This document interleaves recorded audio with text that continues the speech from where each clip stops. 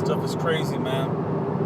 There's some new app here called Emoze, and I'm just giving it a shot here. And I got it in 1080 p60, I believe, whatever that means. It was the highest they have. And I'm driving home right now, and the quality up here is like awesome. So I'm definitely going to be incorporating this to my business. Please expect to see a lot more videos coming at you. Me just sharing with the world exactly what I'm kind of doing at that moment. The video content, in fact, let me back up a little bit. You guys may not know me, but my name is Kelly Lynch, and I do a lot of stuff related with real estate, single family, multifamily homes, personal empowerment, developing and having the right mindset to succeed in life. Stoicism, kind of understanding that this is it. This is the only shot you got at life. Once you die, that's it. So instead of sitting back worrying about what may or may not happen, it's about taking action and basically being uncommon and different from most people. Not being afraid of rejection, and being the individual who's going to get all they can out of life. So if you want to learn more about that sort of cycle and things of that nature, listen to me.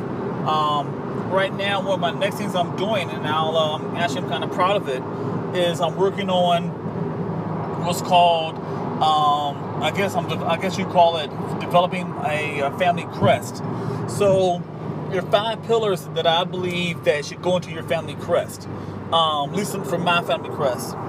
Number 1 is economics, is understanding that having money, owning things, producing things, selling things, having customers allows you to separate yourself from your peers and allows you to be a boss. Now, there is nothing wrong with having a job.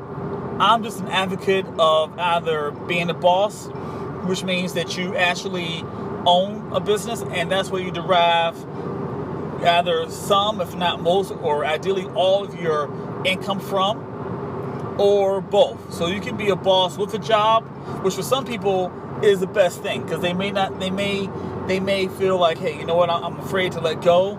But if in the very least, they had me back off this guy here. I'm going to get up on this little Miata here. Let me back it up a little bit. If in the very least, the money goes somewhere, for your kids or whatever. In fact, if you search on YouTube right now for what is FU money, I did a whiteboard video. Check it out. It kind of explains to you what my definition of FU money is.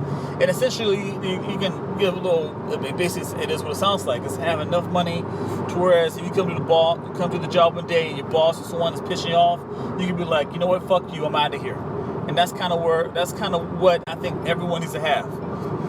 So pillar number 1 for my family crest is economics. Pillar number 2 is politics or politicians. So if you look out here in the world, I'm not really a big fan of voting. I don't think voting does that much for the average person. I think it's just a head fake. I think what politicians really care about, I mean, I guess they gotta be put in an office, but once they get there, they don't give a shit like most people. It says my stream status is bad. Oh man. Well, I don't even know what to do about that. I mean, I'm up here on the road. You see me click on it there. Nothing's happening. I ain't gonna worry about it. It's crazy looking at this awesome stuff here. The next, like I said, is politics. So I'll share with you.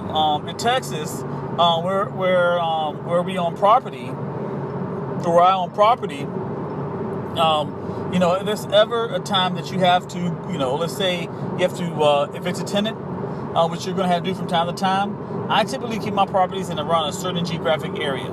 So that's within a certain precinct. And judges in Texas are elected. So people who own land, by and large, are going to vote. So, so typically, the judges are going to be a little bit more landlord friendly. But I thought, how can I even take a step past that? What can I do that's even one step past the typical stuff that people do? Step number one is, there are people who work in admin at the precinct office where you file your paperwork, right? Or you can essentially call it the courthouse, where you have to evict people. So that's number one. So, they're like regular people that work a job. It's usually a relatively thankless, unknown sort of existence. So what you do is you go there and when you file paperwork, you talk to them a little bit like you talk to anybody. Anybody send them some donuts, you send them some Subway, you send them some coffee, send them anything. A cookie cake, one of those prearranged fruit floral things like that. I forgot what it's called, but whatever that thing is called, you send that to them as well. They'll remember you.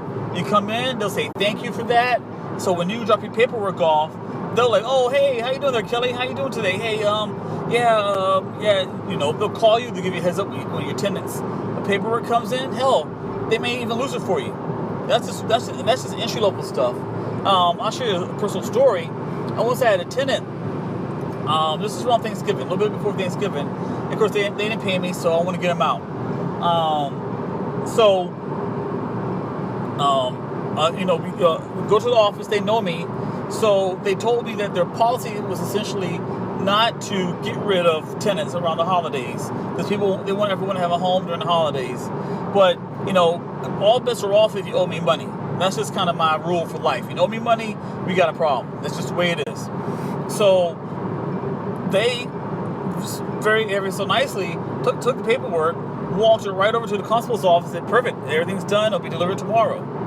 Versus if I went through the usual channels, they're like, well, it takes 24 hours, blah, blah, blah. Guy took it over there, walked it over. I'm talking about like in 10 seconds. Boom, problem solved. Yep, it'll be delivered tomorrow, nothing to worry about. And it's just having that sort of thing. It allows me to, like I said, get ahead. Another thing to consider is the judge. Judges are elected, right? Like I said.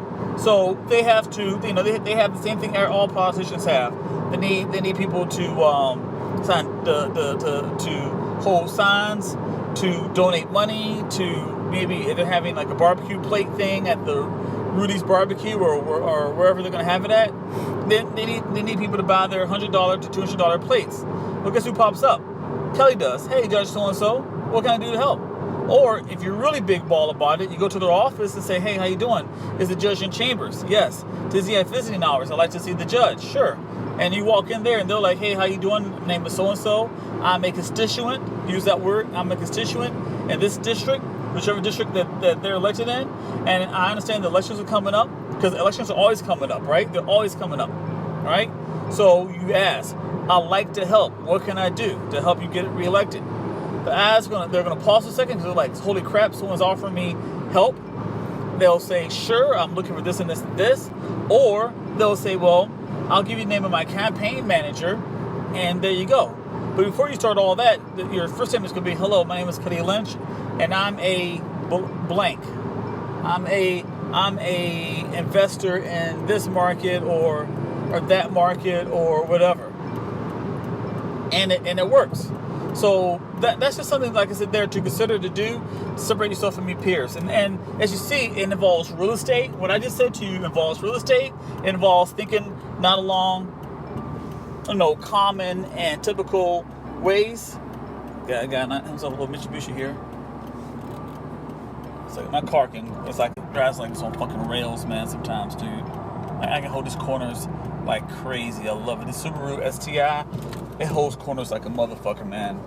Seriously. I mean, and this thing is just no joke. But anyway, though, that's where it is. Pretty cool app. And hopefully